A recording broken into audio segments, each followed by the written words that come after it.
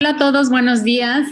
Mi nombre es Jacqueline Sánchez y soy asociada de Política Energética y Sostenibilidad en el Instituto de las Américas.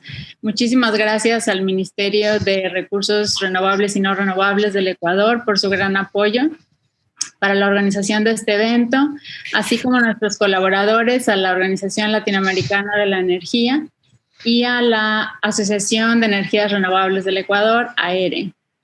Además, a nuestros patrocinadores, Hartree, Geopark e Integra Capital. Es un placer para nosotros en el Instituto de las Américas y para mí poder llevar a cabo este evento en el Ecuador, como cada año desde 2019, y conversar sobre los retos y oportunidades del futuro energético del país.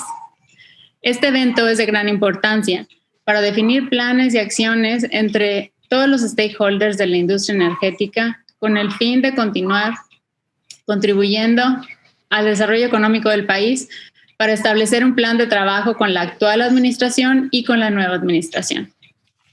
El Ecuador ha tenido grandes avances en la industria petrolera, por ejemplo, en materia de transparencia. En octubre de 2020, por su recién incorporación a la AITI, que es la Iniciativa de Transparencia de las Industrias Extractivas. En 2013, tuve la oportunidad de trabajar en Quito, Ecuador, en la Embajada Británica, y claramente recuerdo que estábamos trabajando ese tema y tuve la oportunidad de gestionar la participación de representantes de Petroamazonas para que asistieran a un foro de información y capacitación de AITI en Colombia, lo cual ha sido el tener esta incorporación del país a esta iniciativa. Creo que es un gran indicador, ya que se ha estado trabajando en esto desde el 2012, lo que significa que a pesar de que el país ha pasado por varias administraciones, los objetivos continúan y se trabaja para lograrlos en conjunto.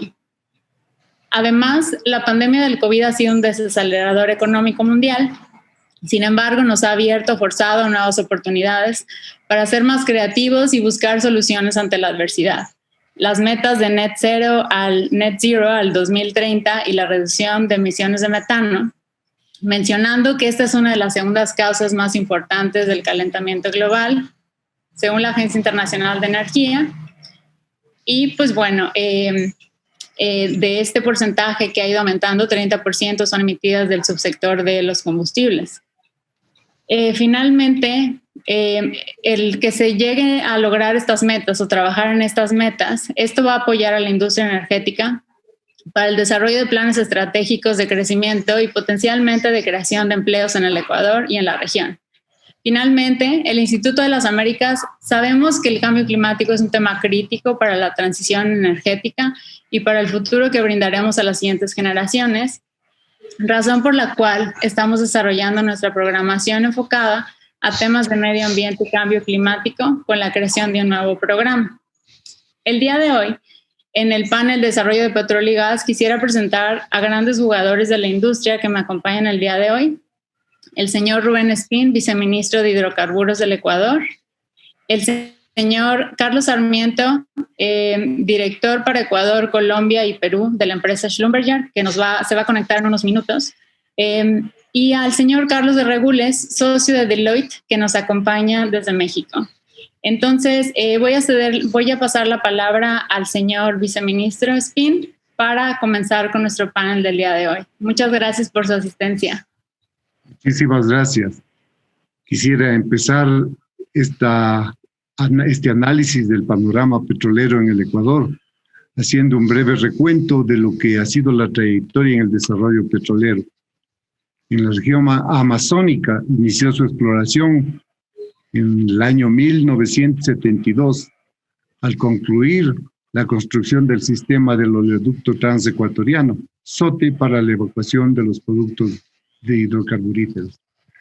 Los principales campos que entraron en exploración en el 72 fueron Sacha, Shushufindi, Lago Agrio y Auca, los que continúan aportando un volumen de producción aproximado de 230,000 barriles diarios de petróleo, que representa el 45% de la producción nacional. Estos campos fueron descubiertos y desarrollados por el consorcio CPE-Texaco. El incremento en el precio del WTI y la construcción del oleoducto de crudos OCP, incentivó el desarrollo de bloques petroleros de la región amazónica. En el año 1970, la compañía Minas y Petróleos descubrió el campo Tiputini.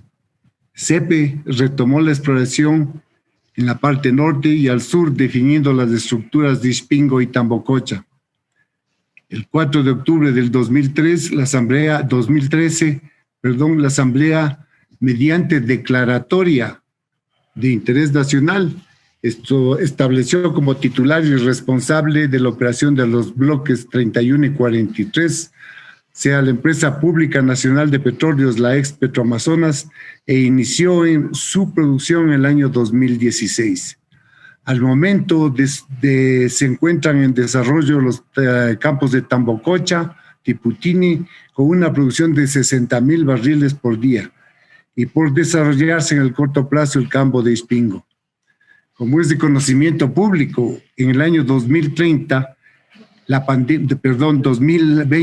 pandemia del COVID-19 ha ocasionado trascendentales efectos, problemas económicos y alteraciones de todas las previsiones a nivel mundial. En el sector de hidrocarburos, la ejecución de actividades con sus consecuentes inversiones fueron limitadas por este problema. Se agravó esto con la erosión regresiva que se produjo y que dio margen a la rotura de los oleoductos SOTE y OCP. Esto impactó en la reprogramación de las actividades planificadas por las operadoras, resultando como consecuencia en la disminución de la producción normal de petróleo, que este año alcanzó un promedio de 479,000 barriles por día.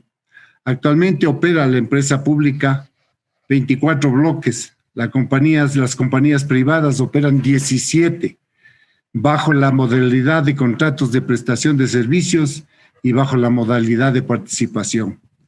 Hasta el momento, el país se ha implementado 44 proyectos de recuperación secundaria mediante inyección de agua en los diferentes reservorios productores. Estos reservorios, 19 corresponden a las compañías privadas, 25 a la empresa pública. El incremento en el volumen de petróleo recuperado por los proyectos de inyección de agua son de aproximadamente 76 millones de barriles para las compañías privadas y 31.7 millones de barriles para la empresa pública.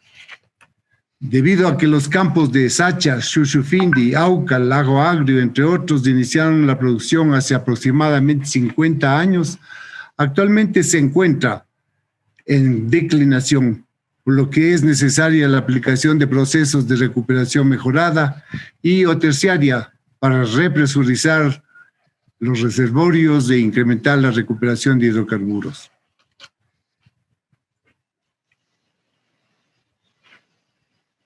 Yo creo que este pequeño avance nos va a permitir tener una visión objetiva de lo que ha sido este periodo del desarrollo de los campos petroleros ecuatorianos. Podemos luego seguir analizando este contexto. Muchísimas gracias, viceministro Espín. Ahora cedo la palabra. Carlos, continuamos contigo, ya que Carlos Sarmiento todavía no se ha conectado. O podemos pasar si gustas dar unas breves palabras, o podemos pasar a la encuesta para poner un poquito más de panorama. ¿Te parece? Lo que tú indiques, Jackie. Sí, déjame pongo rápidamente la encuesta. Entonces, bueno, solamente la estoy poniendo aquí para que la gente la empiece a responder. Pero si gustas, Carlos, podemos pasar contigo unos minutos. Ok, perfecto. Sí, viene a cuento, creo, para tener más contexto para responder a las preguntas. Entonces, bueno, primero que nada, me da mucho gusto y es un privilegio poder compartir el panel con el viceministro Rubén Espín. Agradezco mucho su disposición también para compartir este espacio. Desde luego, la invitación del Instituto de las Américas para participar en esto. Siempre es un gusto estar compartiendo la mesa y discutiendo ideas. En esta ocasión nos toca en Ecuador, pero la verdad es que el instituto pues es un habilitador regional de conversaciones estratégicas alrededor del tema de energía. Entonces, habiendo dicho eso, y ya entrando en materia del sector energía y particularmente el sector petrolero en Ecuador, para discutir los diferentes aspectos de a mí me parece que es importante ubicarnos en el momento en el que estamos, ¿no? A algunas semanas de una elección en el país, en donde probablemente, como ocurre en cualquier proceso democrático, pues habrá definiciones y redefiniciones de las políticas públicas, entre ellas la política energética. De forma que creo que para tener esta conversación y hacer este análisis, vale la pena poner en la mesa elementos de política energética que son casi que indiscutibles, ¿no? Sea cual sea la orientación política del gobierno de un país en general, la política energética de cualquier país debe de tender a buscar un suministro de energía que sea confiable, que sea asequible y que sea sustentable. Entonces, si esas son premisas válidas, vamos a decir, independientemente del resultado de la elección en el Ecuador, que ojalá que sea un proceso transparente y un éxito para la democracia ecuatoriana, hay un papel también ahí para los hidrocarburos. Pues Ecuador es un país con una larga tradición petrolera, lo mencionaba ya el viceministro Espín, 480,000 barriles diarios de producción de petróleo, de manera que los hidrocarburos juegan un papel importante en el Ecuador y lo van a seguir haciendo por algún tiempo. A mí me parece, por lo que he visto en otros países de la región, que hay tres grandes desafíos en este momento para el éxito del sector hidrocarburos en nuestra región. Uno es la certeza regulatoria, es decir, las condiciones de reglas conocidas, previsibles, estables, que permitan a los jugadores de un mercado tener confianza para venir y arriesgar sus capitales y sus proyectos en un determinado país. La estabilidad regulatoria, la certeza regulatoria, me parece que ese es un desafío que compartimos varios países de la región y Ecuador no es la excepción, me parece. El segundo desafío que yo mencionaría es, más allá de la licencia social para operar, que así hemos manejado ese término ya durante muchos años. Creo yo que más allá de la licencia social, hoy en día, en un contexto de mayor visibilidad y un mayor entendimiento de la importancia de los derechos humanos, de la construcción conjunta de proyectos junto con las comunidades que se ven afectados por ellos, me parece que el desafío es lograr el consentimiento social para proyectos en general de infraestructura, y pues los proyectos petroleros desde luego no escapan a este desafío del consentimiento social para poder llevarse a cabo. Y el tercer gran desafío que marcaría yo es el de responsabilidad climática. Sin duda estamos hoy en un mundo en el que ya nadie cuestiona el cambio climático como un fenómeno provocado esencialmente por el uso de combustibles fósiles y algunos otros factores, desde luego agricultura, cambio de uso de suelo, pero muy predominantemente marcado por el uso de combustibles fósiles, carbón, petróleo, gas, etcétera. De manera que el futuro de los proyectos petroleros, de la industria petrolera, pues está íntimamente vinculado con el nivel de responsabilidad con el que se lleven a cabo estos proyectos para mitigar los impactos ambientales. Y entonces, creo yo que cualquiera que sea el desenlace de la elección en Ecuador, del proceso democrático de Ecuador, la nueva administración tendrá que retomar lo que ya se viene haciendo, algunas de las cosas que ya se vienen haciendo, continuarlas, profundizarlas, meter desde luego nuevos ingredientes alrededor de estos tres temas, ¿no? De certeza regulatoria, de consentimiento social y de responsabilidad climática. Y yo lo dejaría hasta ahí, Jackie y colegas del panel, a manera de introducción, para más adelante poder profundizar un poquito más en cada uno de estos tres temas. Perfecto, muchísimas gracias, Carlos, por esa introducción. Bueno, le quiero comentar a la audiencia que tenemos la encuesta en vivo, así que los invito a ayudarnos a responderla. Y bueno, Carlos de Regules mencionó el tema de, bueno, la importancia del sector hidrocarburos, y bueno, aquí tenemos alguien que puede, Carlos Sarmiento, de la empresa Schlumberger, director general de la empresa de Ecuador, Colombia y Perú. Entonces, a quien le damos la bienvenida. Y Carlos, si gustas hablarnos un poco más sobre el panorama petrolero. Muchas gracias, Jacqueline. Un gusto compartir con el señor viceministro Spin, tocayo Carlos también. Gracias por la oportunidad. Primero me disculpo que llegué un poco tarde al panel, sin embargo, capté algunas de las cosas importantes que se estaban diciendo y desde mi punto de vista, definitivamente yo creo que vivimos un año muy complicado de alguna forma en el 2020, pero también un año que nos dejó grandes enseñanzas en diversas áreas. Y yo creo que me gustó mucho esos tres desafíos que Carlos planteaba, porque concuerdo plenamente. Probablemente lo pondría de alguna forma un poquito distinta nada más. Pero la industria petrolera en el 2021, el precio del petróleo yo creo que ya se está recuperando y va a ser mejor que en el 2020. La demanda también va a tender a recuperarse. Asia está en mucho mejores condiciones, pese a que vienen estas nuevas olas, pero también la esperanza con la llegada de las vacunas definitivamente creo que apuntan a que la situación tiene que ser significativamente mejor.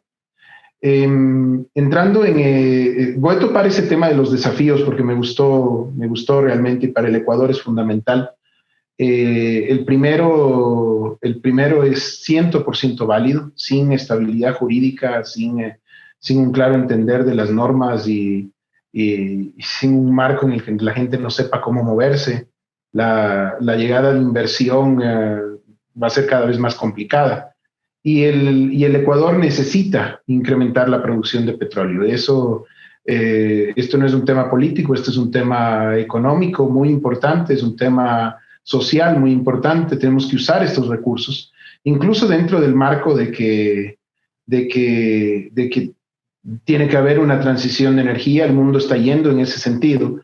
Pero incluso dentro de ese marco, para poder hacer esa transición de energía, tenemos que usar lo que tenemos, porque los recursos no los vamos a dejar debajo del colchón, porque vamos a perder una oportunidad que definitivamente no vale la pena perder.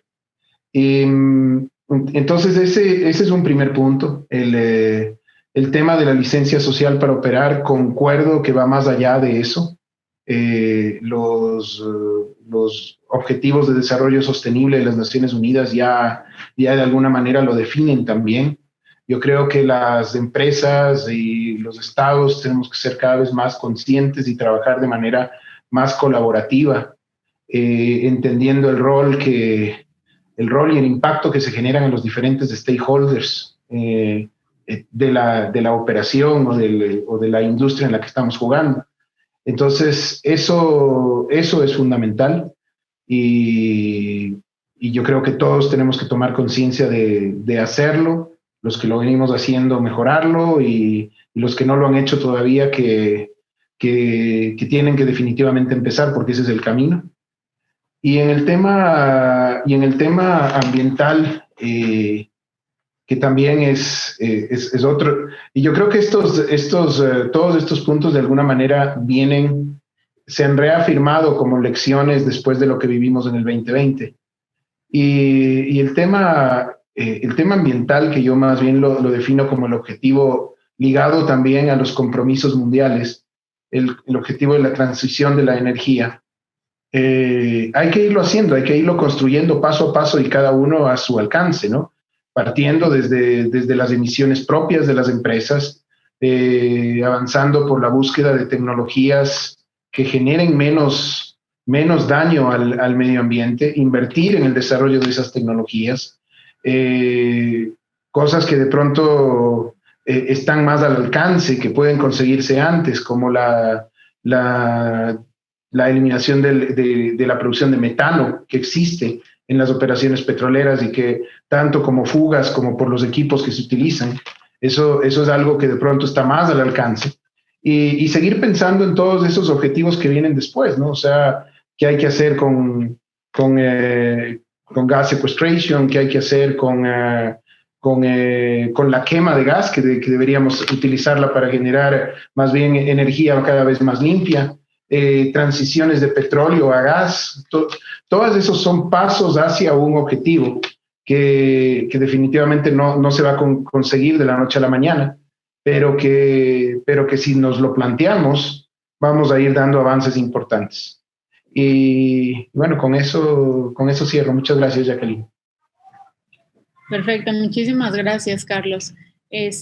Ahora tengo un par creo que podemos pasar a la sesión de preguntas y respuestas, y bueno, y ahí cada quien puede ir agregando más sobre su experiencia. Quisiera pasar con el viceministro Rubén Espín y que nos comentara un poco más sobre el tema institucional, y bueno, también el ministro Ortiz mencionó un poco sobre proyectos de gas local que se han estado generando. Quisiera que nos hablara un poquito más sobre el tema del panorama de gas local, y si se espera que vaya a complementar en los próximos años al sector petrolero en el Ecuador. Muchas gracias. Empezaría yo recalcando algo manifestado por el señor ministro de una manera enfática y directa: the rule of law, la seguridad jurídica. Respecto a eso, yo creo que está por demás mencionar que sin esa base, ningún país ni nadie puede desarrollar ningún esquema, ni sistema, ni nada, porque el elemento que permite que la gente participe, que los inversionistas participen, es siempre y cuando exista una seguridad que garantice sus inversiones, sus esfuerzos por alcanzar un objetivo. En el caso de ecuatoriano, inclusive, se tiene previsto la inclusión en los contratos, en la negociación de contratos, la inclusión de cláusulas específicas que garanticen la seguridad contractual establecida por las partes. Esto es un elemento que no se ha hecho anteriormente, pero que puede permitir un poco de confianza, más seguridad y la motivación para la inversión. Eso sería dentro de este esquema. El objetivo es incrementar reservas de producción también. Es uno de los elementos básicos que se ha recalcado, inclusive vi uno de los cuestionamientos o preguntas que se hacen, que ¿cuál sería la perspectiva en eso? Pues la única que queda, el desarrollar las posibilidades del sector hidrocarburífero en la cuenca del oriente del Ecuador, el desarrollar nuevas zonas de prospección y exploración petrolera, en la perforación de pozos petroleros y en la incursión en áreas que este momento no han sido tocadas. Hay diversos problemas que colindan con situaciones de carácter técnico, con situaciones de carácter social, que dan y están siendo manejadas con el mejor de los tinos, con el mejor de los cuidados, para poder llevar adelante estos procesos licitatorios que vendrían y la siguiente prospección, exploración y explotación de esos sectores. Muy bien, viceministro. Y en cuanto al tema de la integración regional con el sector de petróleo y gas, ¿cuáles son sus comentarios de próximos desarrollos? En integración regional, pues bueno, tenemos ya mencionado un elemento crítico que es el que las zonas que están con mayores posibilidades de desarrollo son las zonas colindantes con el Perú, en la zona suroriental del país, en donde existen campos afines, igual que nos pasa con Colombia. Entonces hay margen como para una explotación dentro de unas cuencas que son semejantes y similares, una explotación que va a permitir el aprovechar una cooperación entre los países, no solo para mejorar las condiciones de explotación, sino también para la sacada del producto del petróleo a través de los oleoductos de uno u otro país. Ya ha tenido el Ecuador grandes oportunidades de inclusive superar crisis severas como las que tuvo por la anterior rotura del oleoducto del transecuatoriano, el SOTE, en donde hubo necesidad de utilizar el oleoducto colombiano. El oleoducto colombiano salvó la situación del país crítica por el periodo prolongado y por el severo daño que se produjo en esas circunstancias. En estas condiciones, ya existe entre los países un espíritu de cooperación. En lo que tiene que ver con el gas es un elemento crítico que se lo ha mencionado en lo que tiene que ver con el gas natural, con un yacimiento en la zona aledaña al Golfo de Guayaquil, donde ya lo mencionó el señor ministro, existe un campo que es el Campo Amistad, que de alguna manera motivó el desarrollo, inclusive conflictivamente en el principio, de las perspectivas que podía dar ese campo. Sin embargo, ya tenemos nosotros un periodo de explotación del mismo, se ha desarrollado el proyecto de generación eléctrica anteriormente conocido como Machala Power, y que en cierta forma ha sido el consumidor más alto del gas extraído del Campo Amistad. Este elemento es bastante crítico e importante por dos razones. Primero, porque la generación eléctrica ha sido abastecida en su mayoría por el gas del yacimiento de Amistad. Pero adicionalmente se ha permitido la incursión y la utilización de gas natural en las poblaciones aledañas que se han beneficiado de ese producto. Y también hacia el sur del país se ha producido el consumo y está ahora en marcha proyectos, están operando algunos. Hay 13 plantas que utilizan gas natural y que están utilizando el gas proveniente del Golfo de Guayaquil. Sin embargo, el problema es crítico porque la situación de producción del gas está limitada en el tiempo, están en declinación totalmente. Al estar en declinación tenemos un periodo tan cercano como el año 2023 ya mencionado, en el cual ya no será práctico, no será económico el manejar ese yacimiento. La producción equivalente actual es aproximadamente de 4,000 barriles equivalentes de petróleo y ha ido reduciéndose desde los 8,000 que se tenía hace poco tiempo atrás. Entonces significa que tenemos que tener una visión diferente en lo que tiene que ver con el gas natural. Y esto no significa otra cosa que la importación de gas. Los puertos y sitios en los que puede ser embarcado, como son la planta de Monteverde y la instalación misma que existe en la zona del Campo Amistad. Eso sería un poco el panorama en lo que tiene que ver con el gas natural. Es una perspectiva importante lo que se señaló en lo que respecta a la liberación de combustibles. Al liberarse combustibles, al permitirse que cualquier combustible sea atractivo para consumo en el territorio nacional, tenga la libertad de ser importada por el sector privado, haciendo el sector privado uso de todos sus recursos, tanto de instalaciones como de almacenamientos cuando convenga con la entidad estatal o desarrolle los propios.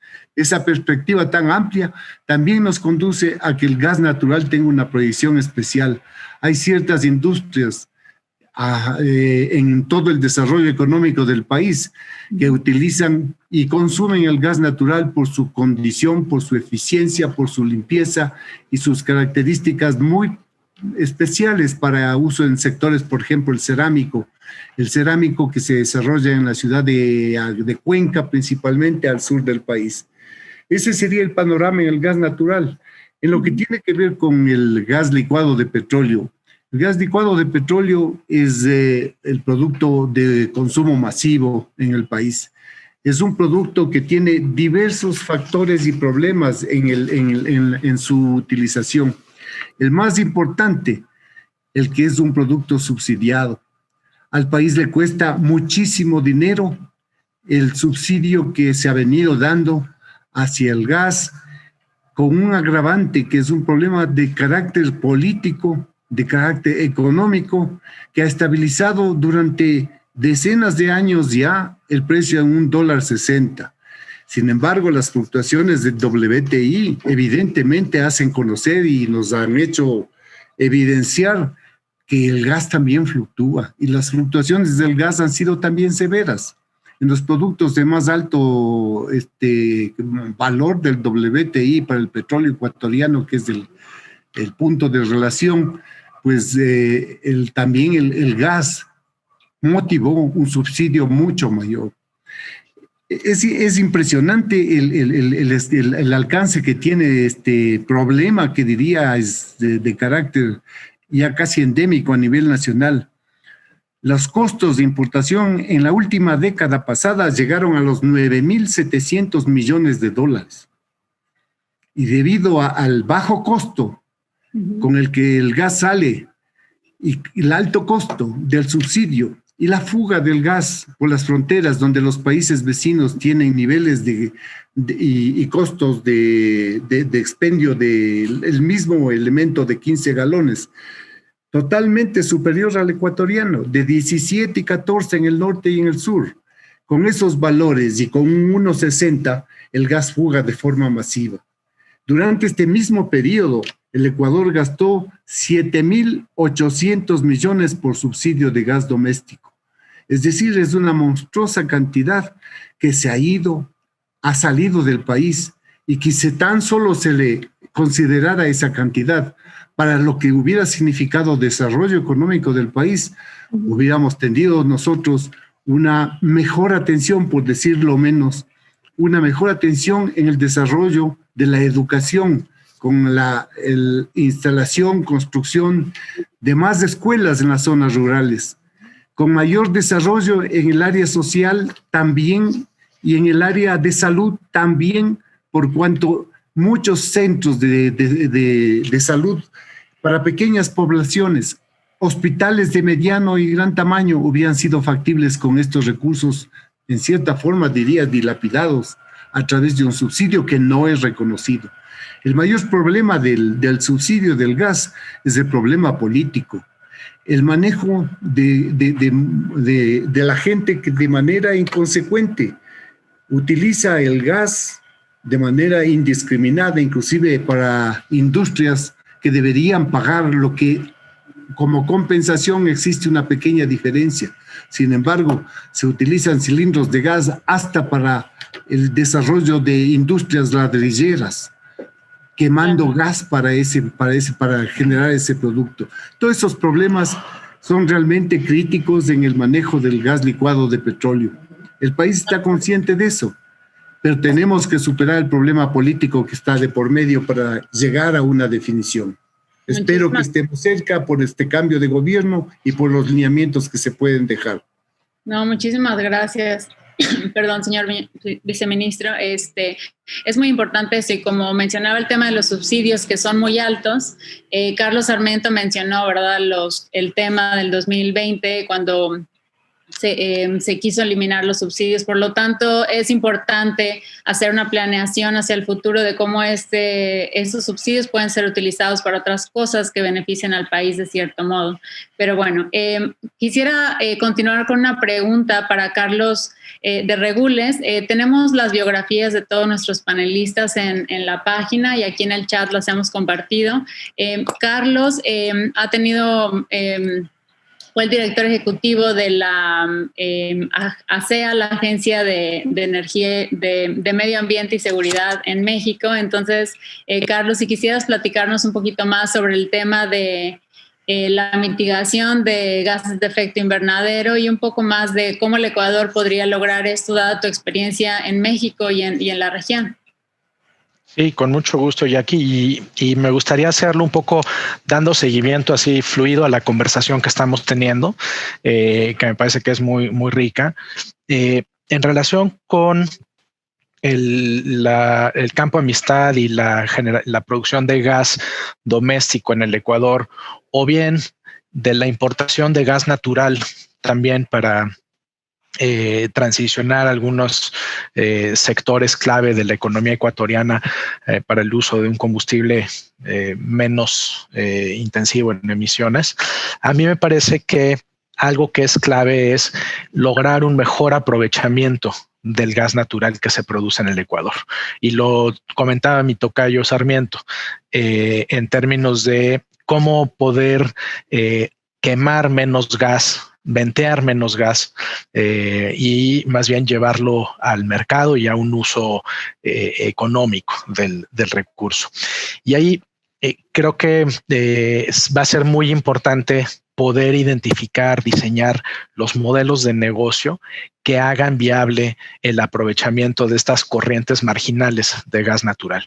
Usualmente lo que vemos en la industria es proyectos petroleros que no fueron concebidos para aprovechar estas corrientes marginales, de forma que no previeron la infraestructura necesaria, los equipos necesarios, sino que simplemente se operó en la lógica convencional del proyecto petrolero, en donde una corriente marginal de aquello que era un subproducto, ¿no?, en la operación petrolera, y que era el gas asociado con una calidad quizás no óptima. Bueno, hoy en día resulta que no solamente es un imperativo climático el aprovechar esas corrientes y dejar de ventearlas o quemarlas, sino que además puede ser económicamente viable. Entonces, el desafío ahí creo que será encontrar estos modelos de negocio que hagan la instalación de isocontenedores para sacar ese gas al mercado viable, o que hagan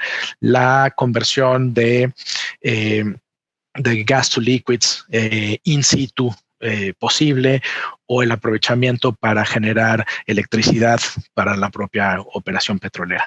Lo que hace falta es el desarrollo de modelos de negocio. Y ahí me da mucho gusto comunicarles que hace poco, hace un par de semanas, se concluyó un proceso licitatorio del Banco Interamericano de Desarrollo para lanzar precisamente el análisis sobre estos modelos de negocio y la selección de un proyecto piloto para llevarlo a cabo.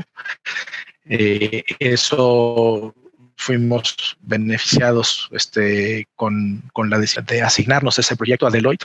Entonces vamos a estar trabajando en esto tanto en Ecuador como en Colombia, como en Argentina. De manera que, viceministro, muy pronto, como decimos en México, le voy a estar dando lata con esto, pero creo que es una buena noticia para poder impulsar este tema en el Ecuador. Otro aspecto que mencionaría relevante con respecto a gas natural es, sin duda, poner atención en las emisiones de metano, es decir, en las emisiones fugitivas que ocurren en la producción, transporte, almacenamiento y distribución de gas natural. Lo decía también mi tocayo Sarmiento, son oportunidades asequibles, ahí están, no son difíciles de instrumentar. Creo que valdría la pena ir para allá. Y para no dejar de lado los otros dos temas que habíamos comentado, como los tres grandes desafíos. Decíamos, era el climático, el otro era el fortalecimiento de la certeza regulatoria, y ahí en relación con lo que se comentaba de rule of law, creo que un aspecto importantísimo va a ser poder introducir una figura muy sólida y confiable de arbitraje internacional.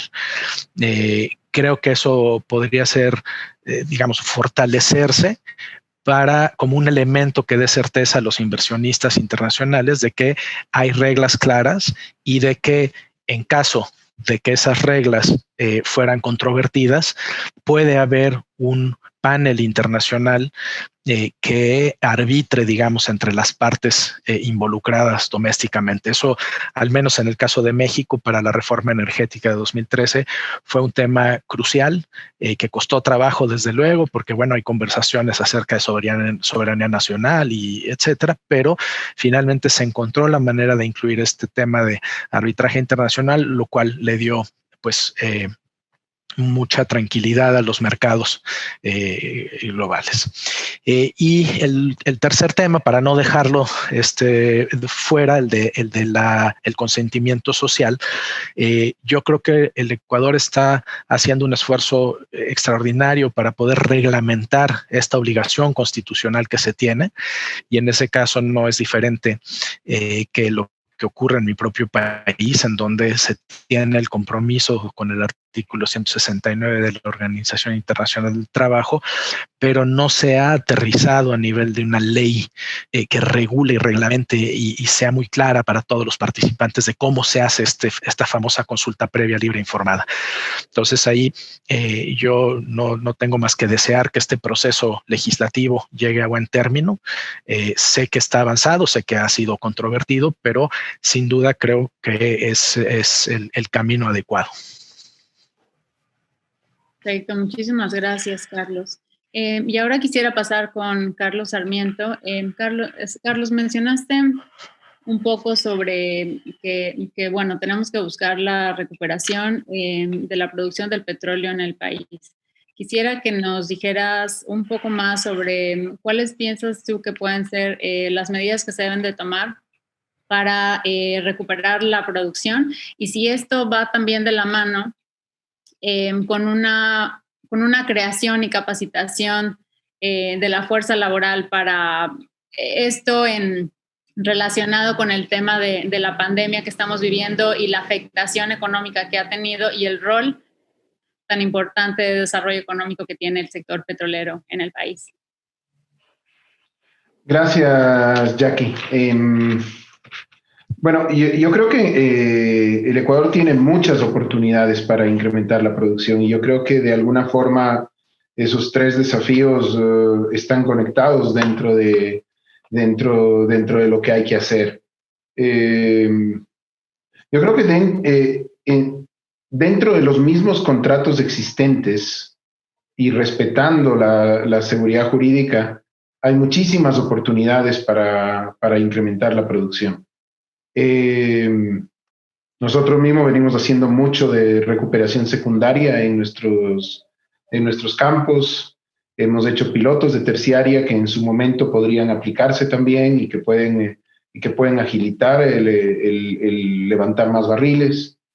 Está el tema de la transformación digital, que yo creo que es fundamental y que también va en línea con todos esos desafíos, porque ahora ya se pueden ubicar sensores a nivel de boca de pozo que te van a decir cómo modificar la frecuencia de la bomba para que la producción de ese pozo en particular sea lo más eficiente posible y que se disminuyan las pérdidas de producción a las cuales nos hemos acostumbrado a vivir, pero que definitivamente se puede hacer mucho con ellas. Entonces hay mucho por hacer. Yo creo que la tecnología en sí ha venido desarrollándose para avanzar en ese camino. Yo creo que el Estado también tiene que hacer mucho en cuanto a agilidad en tomas de decisiones. Yo creo que los temas de la licencia social, la licencia ambiental en determinados campos, a veces nos enredamos y damos vueltas burocráticas en vez de simplemente avanzar. Eso tiene mucho que ver con lo que hay que hacer, porque reservas hay reservas, se puede incrementar el factor de recuperación en el Ecuador, hay mucho espacio para hacer eso, hay oportunidades de exploración importantes, y como te decía, yo creo que lo que menos queremos es dejar guardado el dinero debajo del colchón y después eso quedó ahí, ¿no? Entonces, incluso como objetivo hacia la transición energética, hay que buscar todas estas oportunidades y te las vuelvo a enumerar, o sea, el tema de recuperación secundaria, recuperación terciaria, hay todavía infill drilling en algunos casos, hay que aprender lo que unos están haciendo en algunos lugares, pasárselo a otros. La transformación digital puede acelerar las cosas. Y ahí en el tema del contenido local, yo creo que vamos a necesitar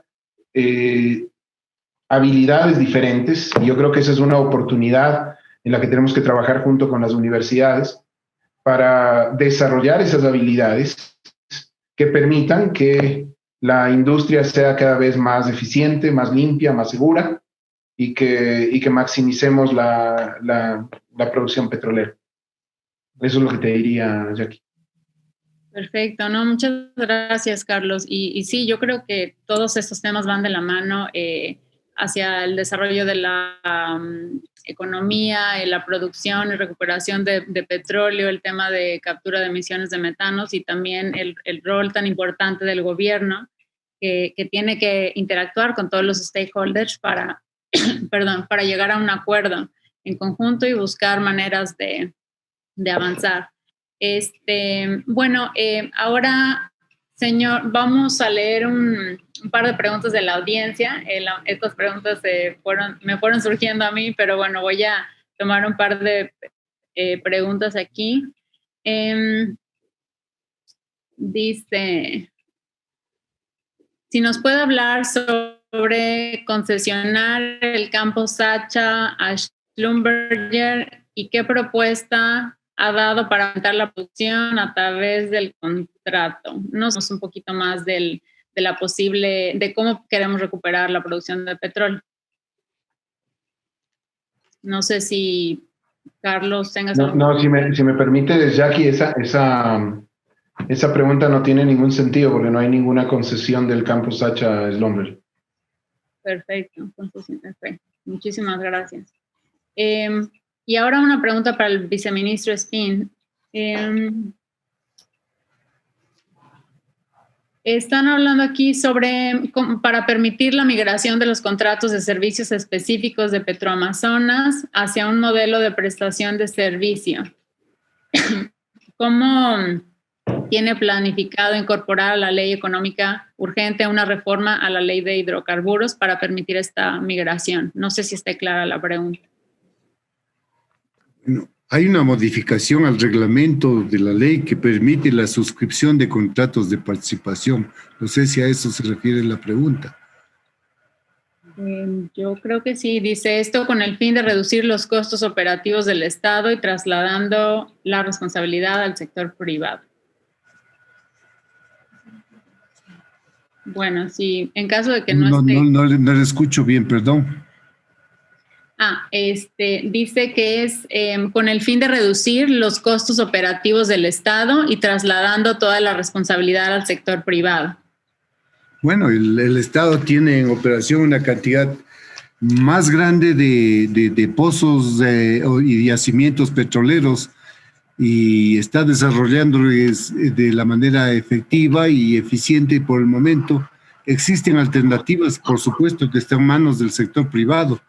Está considerado la extensión del plazo de contratos, está considerado el desarrollo de nuevas rondas petroleras. Hay varias alternativas, inclusive que ya están sobre el tapete, como lo que se ha llamado Intracampos 2, Suroriente y offshore, ¿no? Mejoramiento o perspectivas de offshore. Eso sería un poco en lo que tendría que ver con a la ampliación del espectro en el cual puede haber participación de la empresa privada. Perfecto, muchísimas gracias. Y bueno, y creo que ahora, no sé si alguien quisiera comentar un poco más sobre cómo consideran que la iniciativa, el que Ecuador se haya incorporado a la iniciativa de transparencia de las industrias extractivas, cómo esto puede beneficiar al país, y que quisieran compartir un poco más sobre si han tenido alguna experiencia interactuando con esta nueva incorporación que se hizo el año pasado.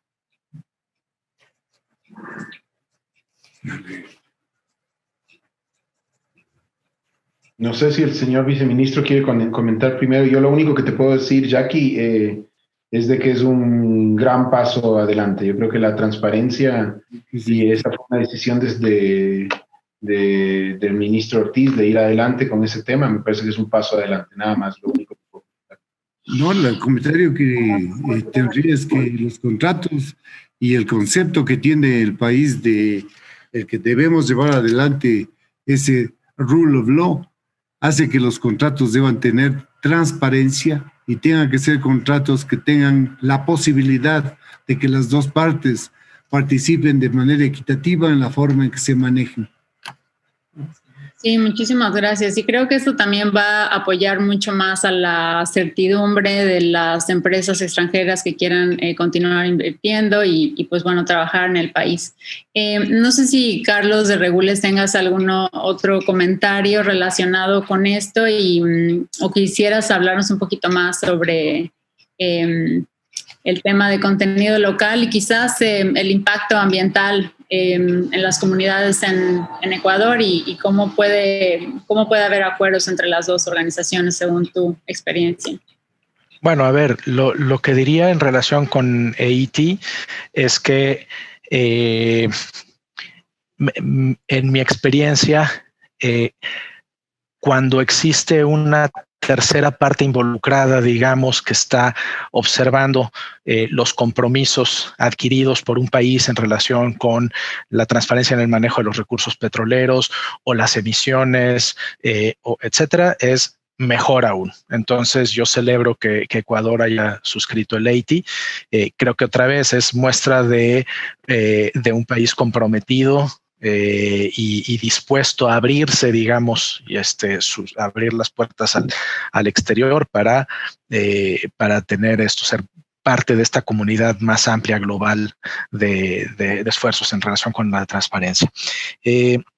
Y en cuanto al impacto ambiental en comunidades y tal, pues hay una realidad inequívoca, que es que buena parte de la reserva petrolífera del país, tanto de hidrocarburos, coincide territorialmente con zonas de una enorme riqueza en biodiversidad y de una enorme pobreza también, digamos, o de vulnerabilidad socioeconómica de comunidades. Y entonces, esos tres factores, ¿no? Vulnerabilidad socioeconómica, riqueza y fragilidad ambiental, y potencial petrolero, riqueza en reservas, a la hora de que coinciden territorialmente, bueno, el desarrollo de esas reservas tiene que conciliar las tres cosas. Por eso creo que el desafío no es menor, y el tema que comentábamos del consentimiento social, pues tiene que ser resuelto. Creo que dejarlo en una situación de proyecto por proyecto, caso por caso, pues lo único que hace es restar certeza a los actores. Entonces creo que vale la pena seguir avanzando en el rumbo de la protocolización de esa consulta libre, previa e informada, para poder llevar a cabo los proyectos petroleros en esas zonas con el consentimiento de las comunidades existentes ahí, ¿no?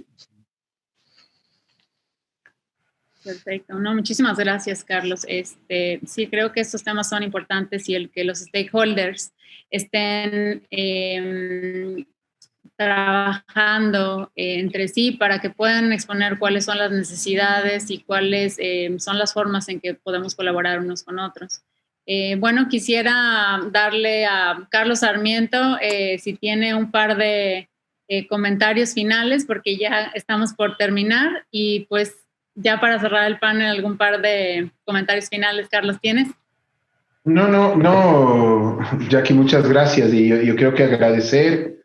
Yo creo que fue un buen panel y salieron temas importantes. Yo creo que todos estuvimos de acuerdo en cuáles son esos desafíos que tenemos, que las oportunidades son grandes y que dependen de nosotros para sacarlas adelante. Y bueno, hay que mirar hacia adelante con positivismo y yo creo que la industria y lo que le depara al país va a ser bueno. Muchas gracias. Esto. Muchísimas gracias, Carlos, por acompañarnos el día de hoy y bueno, esperamos vernos pronto con todos próximamente en la conferencia de La Joya. No sé si el viceministro tenga algún par de comentarios finales. Bueno, yo tengo un par de elementos, el que la cooperación y el desarrollo en las perspectivas de exploración y explotación petrolera van a dar un marco mucho más amplio al país como para su desarrollo y para aumento de la capacidad productiva. Eso por un lado. Por otro lado, esto quisiera ligarlo a un concepto que siempre se ha tenido en el país, en particular durante algún tiempo atrás, sobre la participación local, el contenido local. La empresa y el sector petrolero dan amplias perspectivas a una industria local propia. La industria, inclusive pequeña, puede desarrollarse en apoyo a instalaciones de estructuras y aspectos de tipo particular que pueden ser simplemente desarrolladas, pero que dan trabajo y generación de empleo. Además de eso, tenemos nosotros una gran industria pesada en el área metalmecánica. Tenemos industrias capaces de desarrollar calderería, industrias capaces de desarrollar la fabricación de tanquería, de elementos a presión, etcétera. Con todas estas perspectivas, inclusive en el sector petrolero específicamente, se han desarrollado elementos de separación de fluidos. El costo de una unidad de esas es muy grande, tan grande que el desarrollo es todo un proyecto en sí mismo, de varios millones de inversión. Las empresas que han participado hasta ahora en eso han sido beneficiadas por estas perspectivas. La posibilidad de ampliar el panorama nos da una visión mucho más amplia de a dónde podemos llegar y de dónde más puede contribuir el país y de cómo beneficiarse más con el mejor y mayor desarrollo de la industria petrolera. Me parece que ese es un punto importante que no podía dejar de mencionar. Es correcto, y creo que el tema de, sí, como lo hemos venido mencionando, el artículo de la ley de empleos, etcétera. Y bueno, quisiera darle la palabra a Carlos de Ragules por si tiene algún par de comentarios finales. En realidad ya los hice, solamente pues desearle al Ecuador un proceso democrático de elecciones con mucha participación, con mucha transparencia y con lo mejor para el país en los años por venir. Muchísimas gracias, Carlos. Y bueno, como podemos ver, solo quiero mostrar las respuestas de la encuesta. ¿Qué falta para aumentar la producción de petróleo en 2021? La número 1 fue incrementar los esfuerzos para obtener el compromiso de los ciudadanos, licencia social para operar para proyectos petroleros. Entonces, creo que aquí la respuesta que nos dieron todos los participantes como número 1 obviamente coincide con todo el tema y la conversación que llevamos en este panel el día de hoy. Así que les agradezco mucho el haber estado conmigo el día de hoy. Muchas gracias por su participación. Fue un placer. Carlos de Ragules, Carlos Sarmiento y viceministro Espín. Muchas gracias a todos y esperamos seguir viéndonos en persona próximamente y muchos saludos a todos. Les cedo la palabra a Jeremy Martin, quien va a moderar el próximo panel y mucho gusto en saludar.